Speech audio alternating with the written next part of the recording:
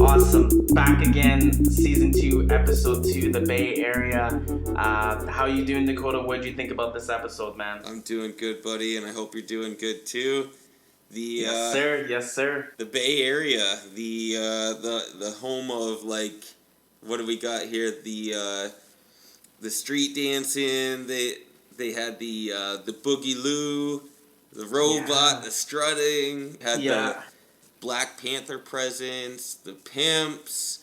Just what an eclectic group coming out of the Bay Area, man. There were so many different lanes and people holding them down. So it just seems like a crazy, talented, and epicenter of, like, culture and, creativity out of this area. Fighting for the rights to do what they want. So, it's just, it's a great area. I'm very interested in this one.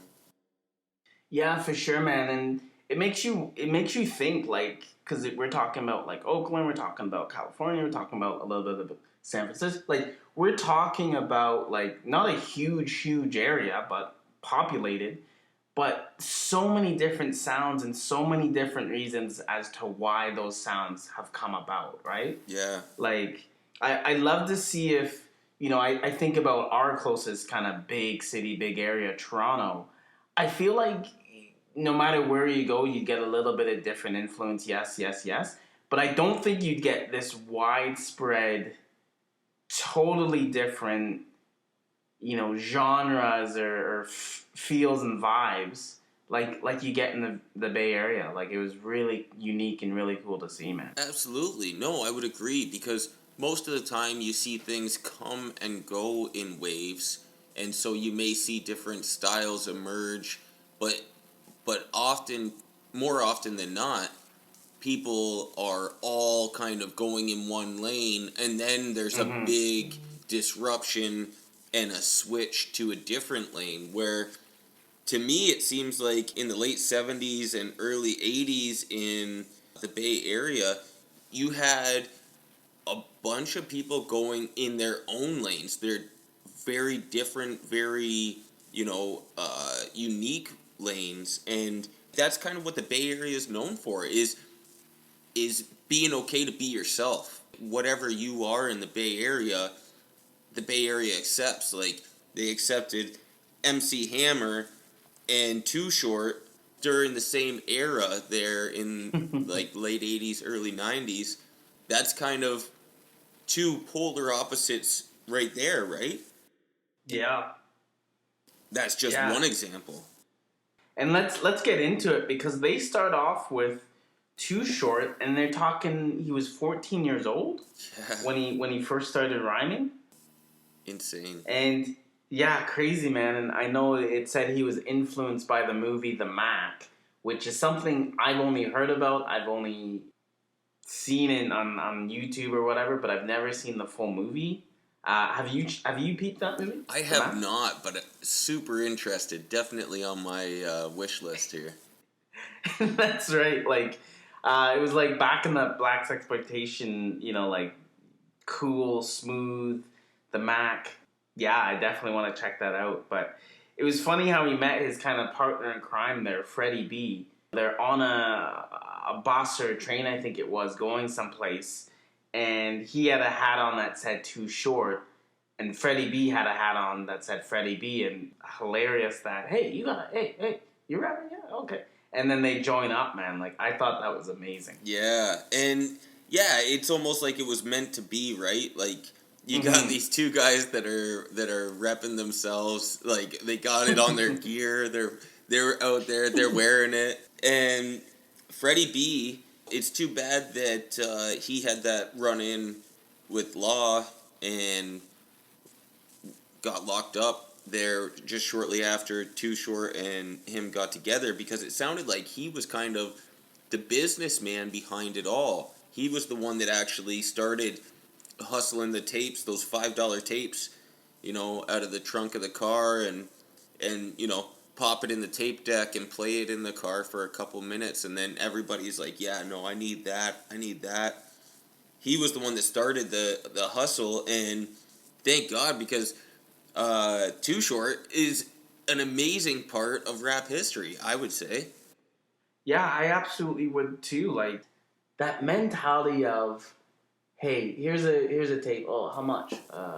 $5, right? You just think of $5. Oh, that's actually you sell 20 of those. You know, what I mean, you're in business now. It's $100. Back And then then, that's a you're bunch of money saying too. that's right, Yeah. that's right. And then you do special requests for $20 to dealers Yeah. and whatever, and throw their name on a track. Who thinks of that, I man? Like feel like it's that's a southern thing too. Like the shout outs like that. I know that back in New York, Coke La Rock was doing the shout outs too, but I feel like yeah, maybe it started there with the hip hop parties in New York, but the South was really known for all their shout outs and their mixtapes and stuff like that, right? Where you're actually getting like your name and your car and the color of your car on this tape. Like that's yeah. cool, man. That is funny. And to make it from like a fun, cool shout out to a business model is wild. Is absolutely wild, man. Yeah, that whole mixtape culture is was huge in that time, and because everyone had that cassette player and everyone had a nice car with sound, right? So Yeah. for for sure. And then I guess Too Short, like they were saying that he really gave rap that pimp persona. You know, Yeah. that you're out with a lot of ladies or whatever the case may be, but he gave it that persona with an image and a character, right? Yeah, he definitely brought the playerism of hip hop into the spotlight for sure. Mm-hmm. And one thing I know we'll get a little deeper in as we go on, but it feels like one takeaway that I had, huge, huge, huge from this was it seemed like everyone had a persona. Like we'll get into the next people, but I just wanted to trend that everyone kind of has their own person, and whether they are that or not, probably not, but they made that persona bigger than life, and that's what people clung on to. Absolutely. Yeah, some of the examples out of the Bay and the persona that people took on, whether it be, I would have a hard time arguing that it isn't real after you take that persona on, after you start acting out that person in your professional career. I feel like you take those traits on in your real life too, right? And Mm. and you're right, like some of the biggest personas came out of this area. Some of the like you got Tupac coming out of this area. You got Freddie B. You got Too Short. You got Paris, one of the Black Panther representatives. MC Hammer. Yeah, it's crazy personas, man. Did you have any more on Too Short before we jump to the next one? I just I love how gritty he was. That's another thing that he blessed hip hop with was telling those dirty rhymes, and I think he went on to say he's like, yeah, he was just thinking of the dirtiest stuff that he wished he could say, or I'm sure he probably did after he got that after he started wearing that persona, right? So to everybody listening, it's like, oh man, you'd never get away with saying that, but here it is, and it sounds so smooth when this guy's saying it. That's that's right, man. And I love how they're like, I forget the one person they interviewed. They said everybody wanted his tapes because you had no business having those tapes. You know, like this the stuff on it was just raw. You know. Dirty. And then we get to the next one. I think next up is Paris. Yeah. So and there's kind of a crossover there too, right? So Paris was definitely he was the Black Panther of hip hop, right? Mm-hmm. And and that was really important in the Bay Area. The Black Panther movement was huge, huge, huge there during the Yeah. '70s and on and on. Well, it probably started '60s, I would say, and then on through the '70s, really strongly, you know. And that was that was represented in the streets everywhere too. You had the Black Resurgence, the dance group that was kind of the unofficial Black Panther dance group, bringing attention to the movement. And out of that, actually, you had MC Hammer out of the street dancing. But yeah, so Paris though, he was inspired, right, by Huey Newton and Bobby Seale, the leaders of the Black Panther movement in that area at the time. Yeah, just it sounded like he had some Public Enemy type of influences too. You know, very like fight the power type of music. Yeah. What did you think of Paris? Yeah, I'm a big fan, man. Like, conscious rap is number one to me. Like, I love lyrics and I love stuff that's actually talking about something. Going through his songs, I think I did this last year when we, maybe our first or second time through. I actually went through Paris's discography, and it's really deep, like really heavy lines. But I remember him saying in the interview at like, as he was rhyming, there was a point in time where he didn't even know who Malcolm X was.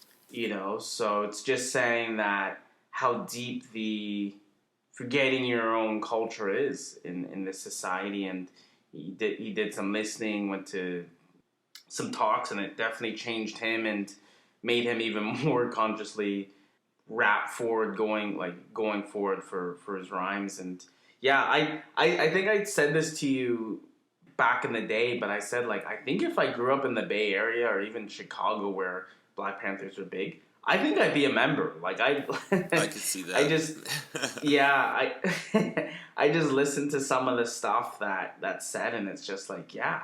Not that I agree with violence and anything like that, but that's what the police tell you, and that's what we've been brainwashed to think, that Black Panthers are, you know, this violent not cultist, but this violent group of people that are trying to take down the government and do this stuff. But in reality, they're just trying to defend themselves. They have school programs, they have breakfast programs, they're just trying to take care of their own culture. And the more I listen, the more I see, it's like, yeah, that's crazy. But yeah, Paris again is one of those rappers who, if we hadn't watched this, and maybe I should speak for myself, but if I hadn't watched this, I've never heard of him. I would never have known. I would never have even. But the fact that Shad was able to take some time and do a deep dive, he's definitely a big part of my collection now. That's what I feel about Paris. Yeah, no, and I would totally agree, man. That Black Panther movement was for a reason. It was for the people that were being left behind, the people that were being treated like dirt. And yeah, no, I could totally see you up there representing.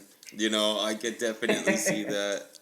Yeah, thank God though for those people that, you know, now things are, although minusculely, they are slightly better, right? Yeah. And that's because people like Huey Newton and Bobby Seale were brave enough to stand up and do what it took to be heard, right? Yeah, absolutely, man. They had to take the lumps and bruises so people like me and my generation don't have to as much, you know? Yeah. Like, I can go down the street without getting hosed. I can go down the street without getting chased by dogs, and I can get jobs, and I can do this, right? Yeah. And it's because of that, right?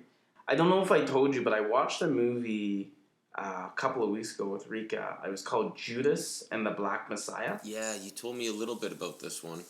It was about the leader in Chicago, the Black Panther leader in Chicago, and basically the guy who was working with the FBI and infiltrated the Black Panther movement on Hoover, the leader of the FBI, kind of hired an assassination on him. Yeah. And essentially that's what happened, and it shut that down. But it also created at the time, the biggest reparation. Like, they paid millions and millions and millions of dollars back to his family and the Black Panther Party, because they figured out, yeah, this was an assassination attempt by a government on him, right? So, Yeah. but yeah, sorry, I'm getting off topic a little bit. But basically, what I wanted to say was that movie was like so inspirational in the sense of what the Black Panthers were trying to do and why. Yeah. And it's just, again, that's never highlighted. It's always they're bad and this is why, instead of,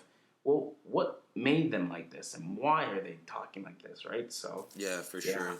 No, and just on that note too, right? Like with that particular movie, it's Judas, that's based off of biblical sense of the name Judas, who turned on Jesus, right? We all know Yeah. how that played out.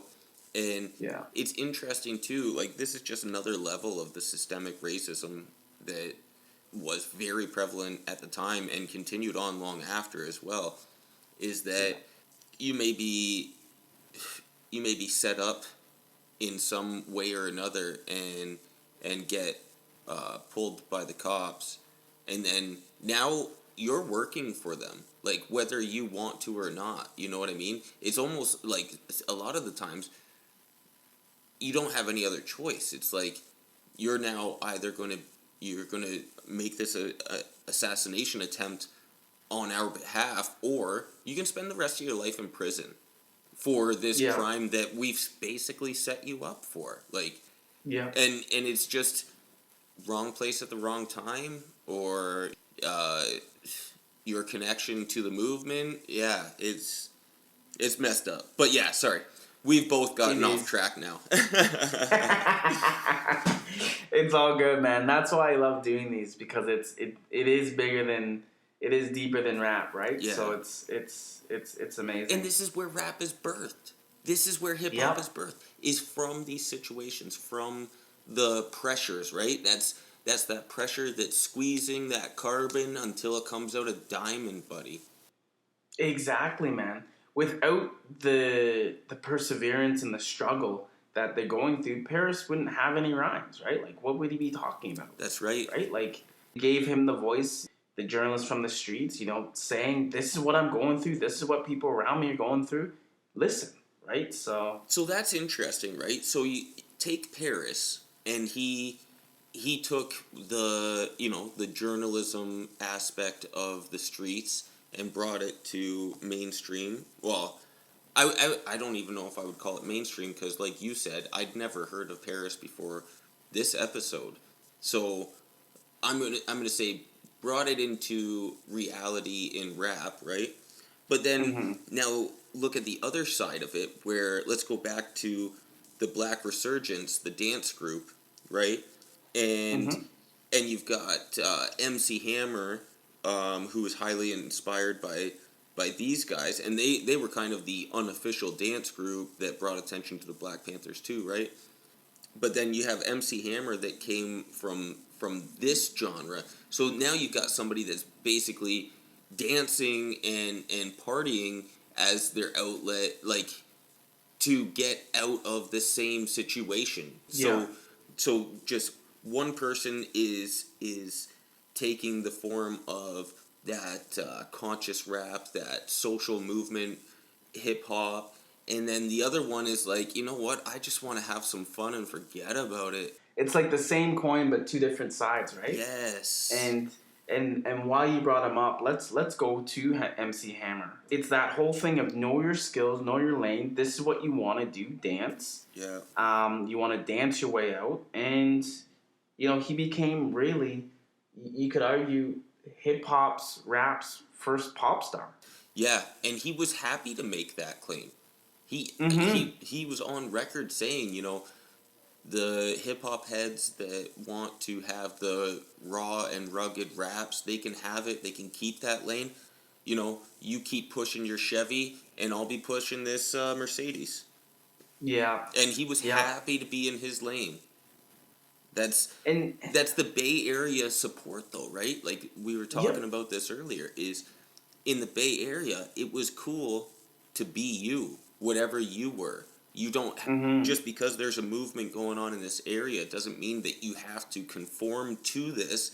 We could have had many MCs like Paris come out of that area for what was going on during the time, but instead you've got You got Too Short over here, rapping about pimping. You got MC Hammer. He's doing his that crazy dance, the shuffle, whatever you. Yeah. Yeah. And then like he was one of the best live performers. Like the man was an entertainer. So and the Bay Area accepted him just as he was. It's just interesting. Yeah, absolutely, man.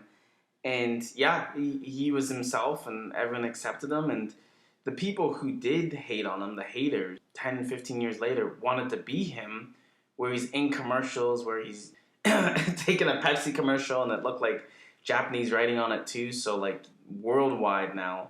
And it just created a new thing in the game, right? Like a new opportunity, that a new lane that hadn't been there before, right? Yeah. Like we've had the political lane, but now there's a pathway to become a pop star if you so choose it too, right? So Yeah. I think a lot of people, you go to kind of the deeper spots in rap, a lot of people are gonna hate on MC Hammer, but at the same time, he was himself. He loved it. People who supported him, and he created opportunities for other people, right? And I think you nailed it there with the opportunities created, because really there was a huge crossover again into white America with this. He is another. I would say, to your claim earlier, he is one of the godfathers, of hip hop in the pop form. He would be the pop godfather of hip hop, I would say. Yep. And that crossover was huge because people saw what he was doing and they were just amazed at the talent of his live performances. Yeah, and to me, it's like it's a little bit different. But I think about Michael Jackson, where obviously he's a great singer, a great performer, or great art. Like if you listen to it, you're gonna enjoy it. But I feel like the full value of Mike Jackson was the performance. Yeah. Right? Like it was the dance, it was the lights, it was the show, right? And I feel like MC Hammer didn't have anywhere near Michael's singing ability, but he had the performance and the showmanship, Yeah. right? Like to pull it off, and I feel like that's why a lot of his, that's why he got so big. Yeah. And you mentioned the crossover of white America. I just find it so hypocritical that you have people talking about real stuff, NWA or Public Enemy, but the one you gravitate to is MC Hammer, and it's like they're picking and choosing, but they're saying, oh, he's such an inspiration for young kids, and he's handsome, and it's kind of that whole thing of, and that one journalist, the female who was really, really good and had lots to say about Tupac, who we'll get to later, but made mention of, there's a historical thing of just shutting up, smiling, and dancing, right? Like, Yeah.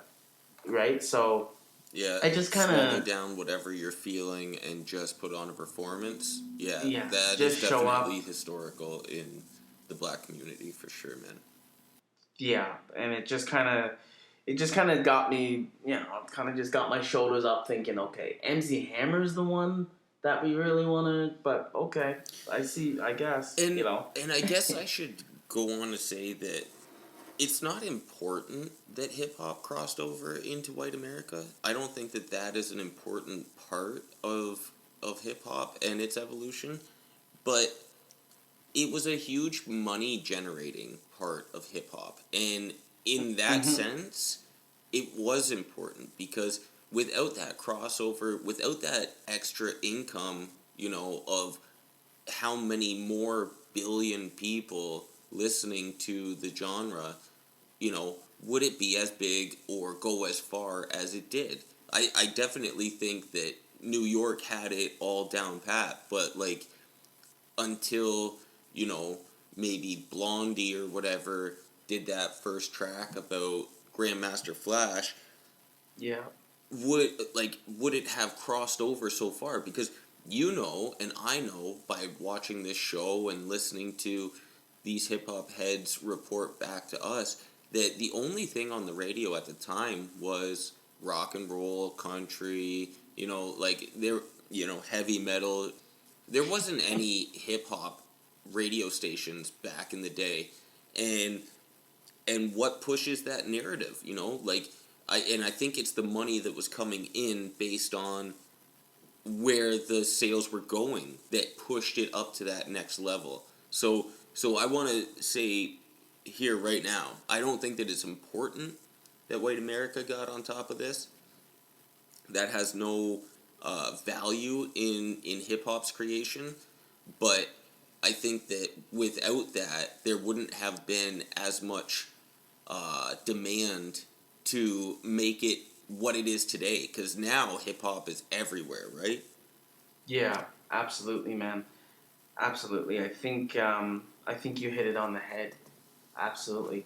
I go back to, and sorry, I'm just wanting to go on your point too. I go back to what Paris said, where because of the crossover, media, and even then, but even more so now, educates kids more than their parents, more than teachers, more than the preacher, more than, anything. So if you're seeing that on TV, and now it's actually being showed hip hop on TV, now it's everywhere, and it's more accessible, and more things like Yeah, you're able to do it. So 100%, it is, man. It was important that white America, the crossover happened, but for different reasons, right? right.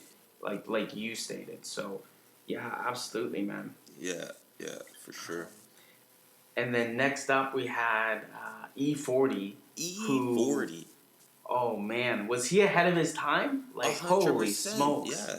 And you know what? Like, I've heard E40 for years, and I never gave the man credit where credit was due.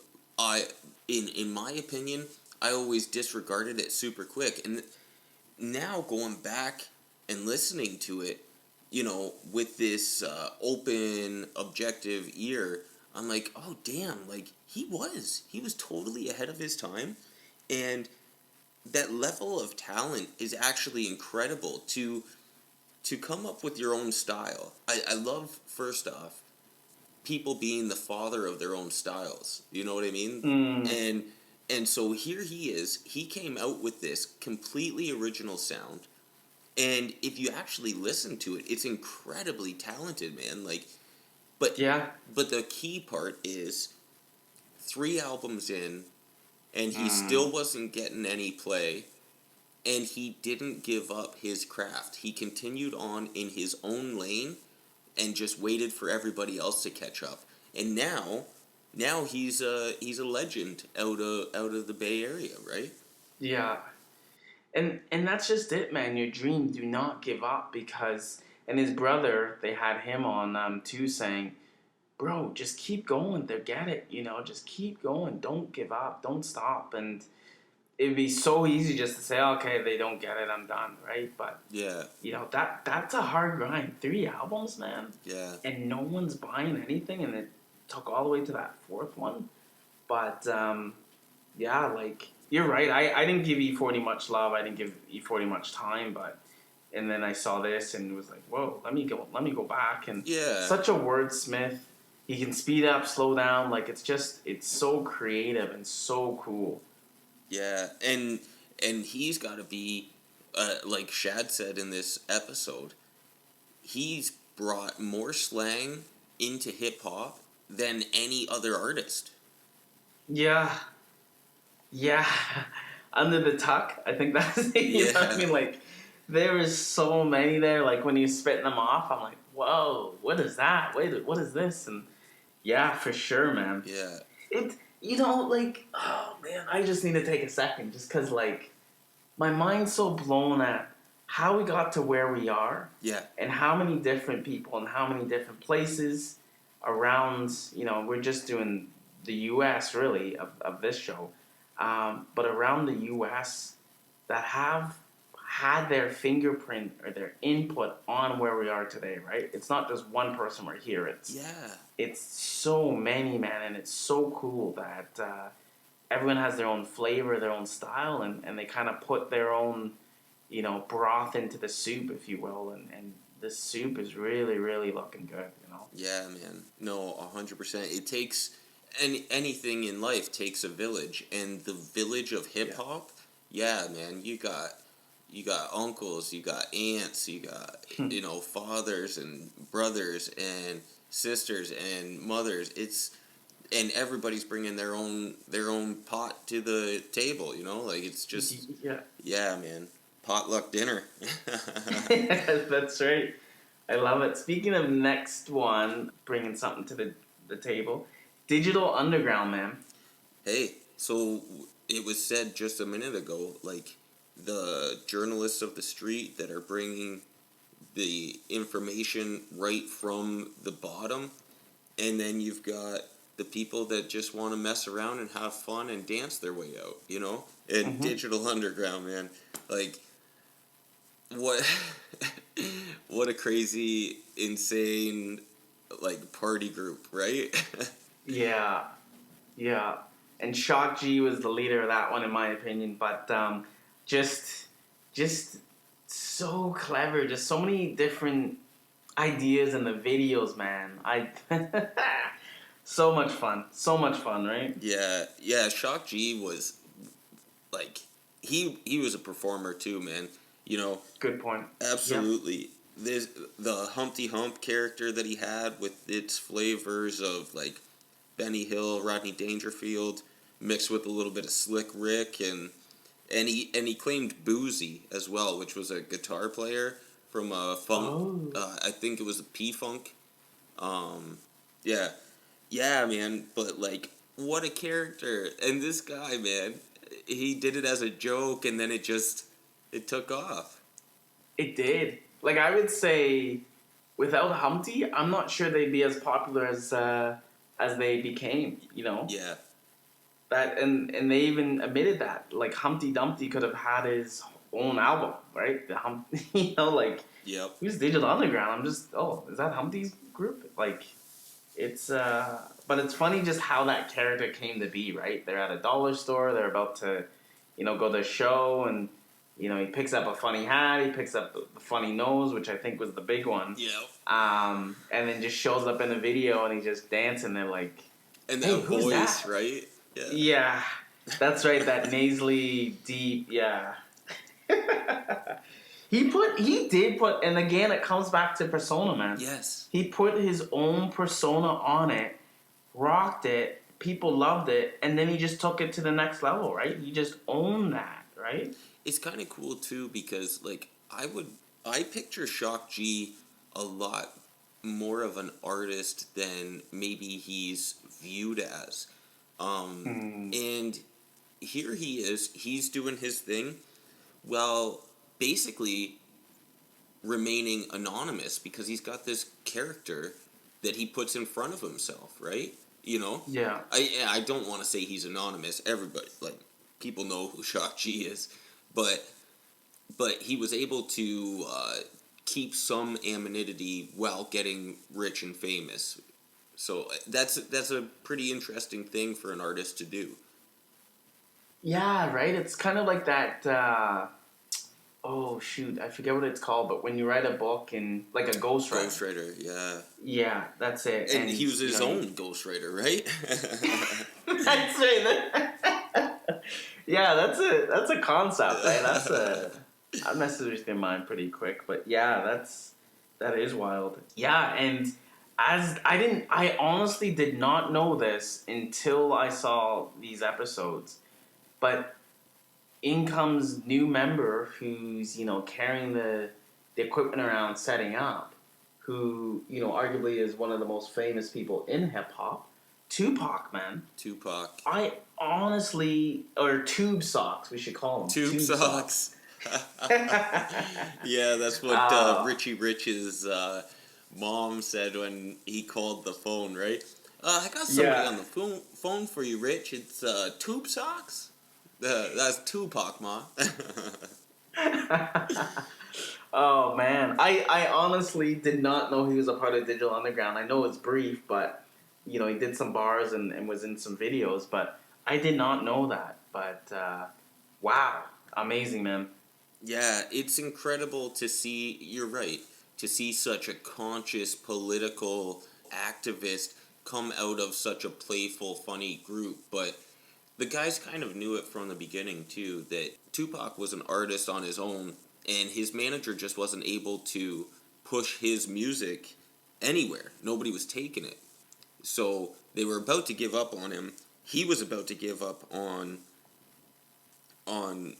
rap as a means of income, and was actually looking at going to Atlanta to be the leader of the African Panthers in that area, and and so his manager calls up Shock G and Digital Underground, is like, hey, can you find a spot for this guy? And Shock G's like, this guy's an artist, like he's not going to want to carry our mix boards and turntables and set up and be our like our stage help, like. But meanwhile, Tupac he was on board. He calls Shock G up like 5 minutes later. He's like, "Yo, I'll do that." It's either that or, you know, the next time you hear about me, I might be dead. And that's just like, that's the that's where Tupac came from. You know what I mean? And that's legit. People claim that he was an actor, this and that, but you look at his history, you look at his parents, you got Afeni Shakur from the Black Panther 21 group in New York. Like, she was an activist through and through, and his father was in this movement too, Mupreen Shakur. And so, like, yeah, it is wild that somebody so political and so socially active would be interested in just joining up with this party group. No, 100%, man. But I feel like there's value too of seeing the other side. Yeah. And I feel like I just think about if I was a kid and both my parents are super militant and super into the Black Panthers and you must do this, you must that. It would be nice just to get away a little bit too, right? And see the other side and kind of, okay, what's the dancing your way out all about, and what's the, and maybe I get a shot. Maybe they give me a bar, maybe my own song, or so that I think it is a little strange, but at the same time, when I do a deeper dive, I can understand why he did it. Yeah. Maybe he didn't think the Black Panther Party was for him. Maybe at no point in time I saw my parents do it. I've seen it enough. Both my parents are teachers. I have no zero interest in being a teacher. Yeah. So so even if there's a job waiting for me as a science teacher or something, I kind of want to see, okay, well, what's this other option over here look like, right? So I do kind of understand it and feel what he's going through, but you're right, it is strange. And even as soon as he kind of leaves that group and moves on and does his own solo stuff, like one of the first songs that really got picked up was Brenda's Got a Baby, right? Yeah. And I'm just thinking, wow. Yeah. Wow, like, you're right. Like, you went from militant, conscious rap, or just conscious, to party group, now conscious rap. It's just kind of like, whoa. What a song that is, man. What a sad but real look at reality for a black teenager who gets pregnant, right? Yeah. Nobody would have saw that one coming either. Like, No. there was no black males in hip hop rapping about the hardships of what it's like to be a teenage black girl in the bottom, right? Like, Yeah. And he did it so poetically, in true Tupac style, right? Yeah. Yeah, man. Yeah, his like, and maybe maybe I need to do more Tupac diving. I did when I was younger, but maybe I need to get back to it. But his really early stuff was super conscious and super to the point, and yeah, like, wow, like poetic, like you said, like unbelievable stuff. Yeah. Yeah, even his verse, his 8 bars on that Digital Underground song was like, whoa, man. Like, you're way too conscious to be in this group. Yeah. Yeah.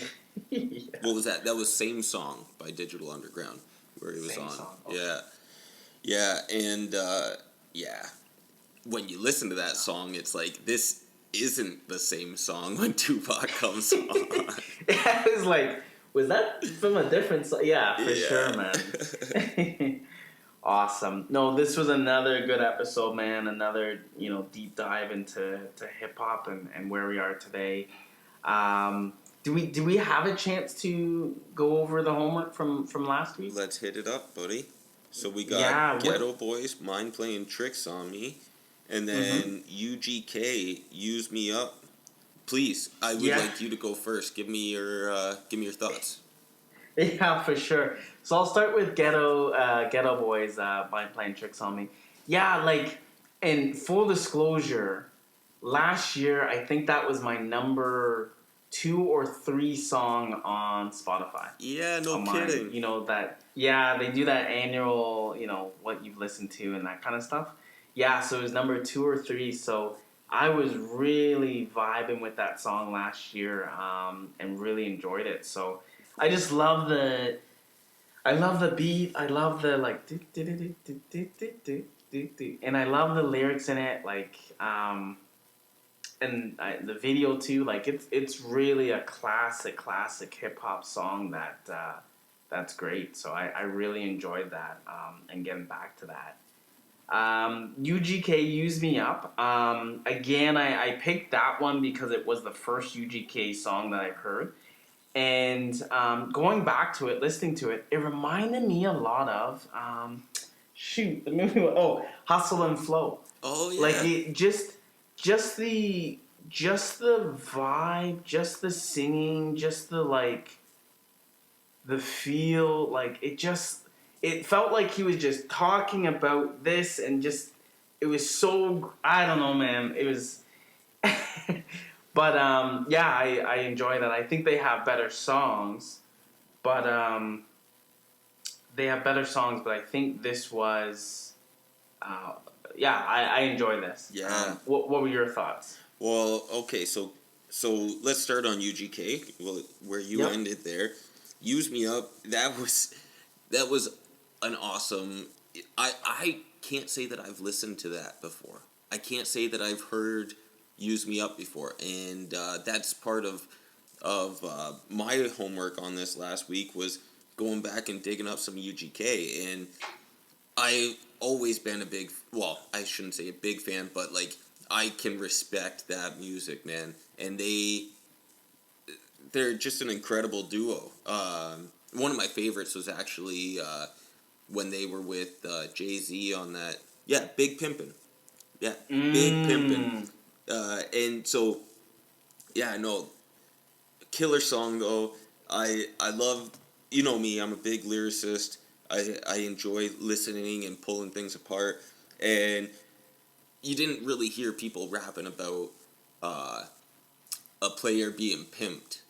You know what I mean? And so UGK, you got Pimp C pouring his heart out about how this woman has got him pimped. And then Oh man. Ghetto Boys. So let's get into that one. So Mind Playing Tricks on Me. This is interesting to me because most people, when they get that record deal, they're going for how money is affecting their life and how great it is to have money.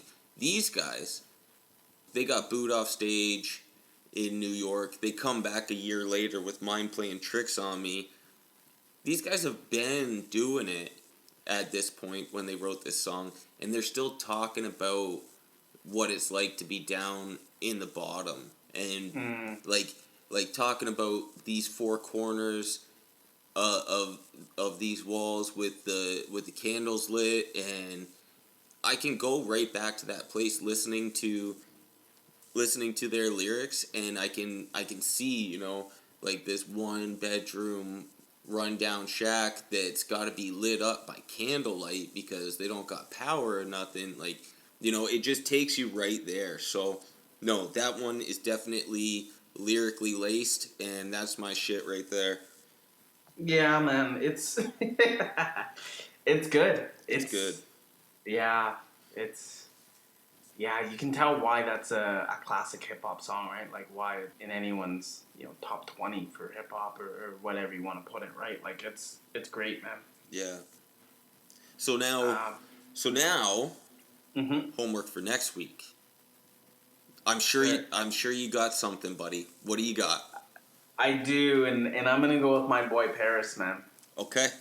The devil made me do it. Devil made me do it. Yes. Yeah. Yes, definitely.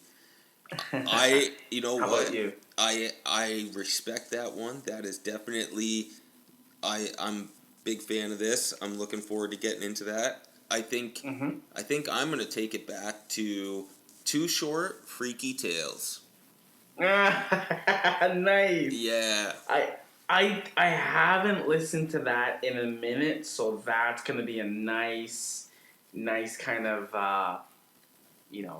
nostalgic feel, man. I'm excited for that. Yeah, and here we got like two different lanes, right? You got Too Short going the pimp persona, and then you got Paris doing his conscious,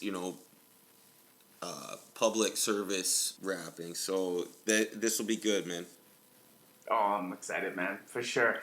I'll probably listen to it on my way to work, so that should that will be perfect. Good. Thanks for this, man. Another fun one. I'm loving this, man. You're genuinely making my day by doing this, man. So my week. So I appreciate it, buddy. It's so nice to be. Honestly, it seems like such a simple thing that we're doing here. We're watching shows and we're talking about it. Just a couple buddies just talking. But it's so much more than that because here we are, we're going back, we're learning. Like, and I know we've tossed around the name hip hop historians. It's not that we are the historians and hold all the knowledge. It's that we're going back and we're learning. We're learning what it's all about and where it came from. And I love doing that. I love getting to the root of hip hop and seeing where this all came from. No, for sure, man, and I can't think of anyone better to do this journey with. So I really appreciate it, and it's so much fun, man. Thanks, bud, for sure. Awesome. All right, everyone. We'll see you next week, and having fun, man. All right. Signing off. See ya. Bye.